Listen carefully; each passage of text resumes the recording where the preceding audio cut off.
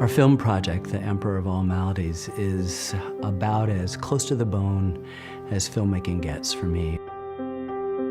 There's not a person in our country that has not in some way been affected by this disease, cancer. And it's time we sort of put away the superstitions and the fears and the anxieties and sort of ran up against it. All week long, public television's preeminent filmmaker, Ken Burns, has taken us deep into the heart of one of America's biggest killers, cancer, the emperor of all maladies.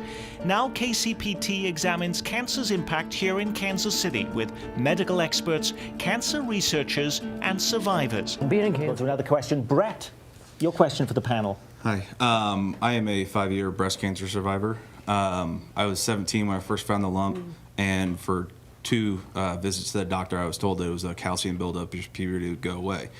My question is there at a time when physicians will start actually checking males' breasts during a physical examination rather than pushing it off for them to not be checked and being diagnosed with breast cancer later down the road? Dr. Graff, you are a breast cancer specialist. Yeah. Your answer to that question. Yeah. Thank you, Brett. You know, I think a good physical exam includes a good skin survey and a good musculoskeletal exam. And so at a primary care office, I hope that patients are being fully examined. Certainly, I'm a breast oncologist. I examine everybody's breasts all day long. But you're right. I mean, there's definitely a gap there where we don't necessarily do everything. And I would just encourage patients to always be their own voice.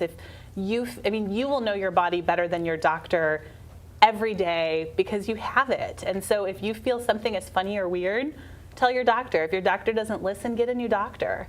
Do you have male cancer, breast cancer patients, quite Dr. Graff? Quite a few, actually. You do quite a few. Yeah. So this is not just an isolated case. We're seeing a lot more. We're seeing more people, more males with breast cancer. Not necessarily more. About 1% of breast cancer is male breast cancer, and it's treated a lot like female breast cancer. But there's obviously a lot of different psychosocial issues, survivorship issues for male because they have some stigma. Okay, Steve. Good Lord, how do we actually work out which place we are supposed to go? How do we choose a medical institution to go to if we've just been told I have cancer?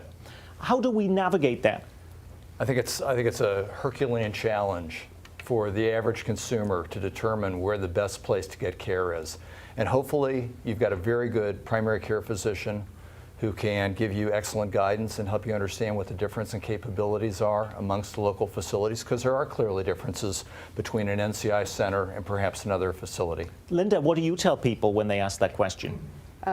One of the things that we say is, as Dr. Sue said, always get a second opinion. So no matter who you go to, you always want to have a second opinion.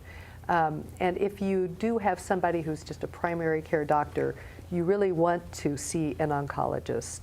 And you also want to ask them to get PDQ from the National Cancer Institute.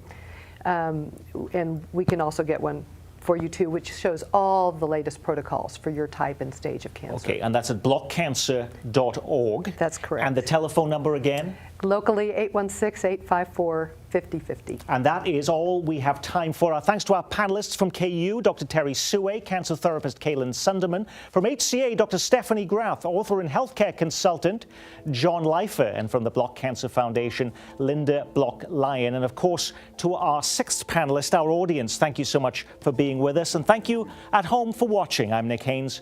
From all of us here at KCPT, thanks for spending part of your evening with us.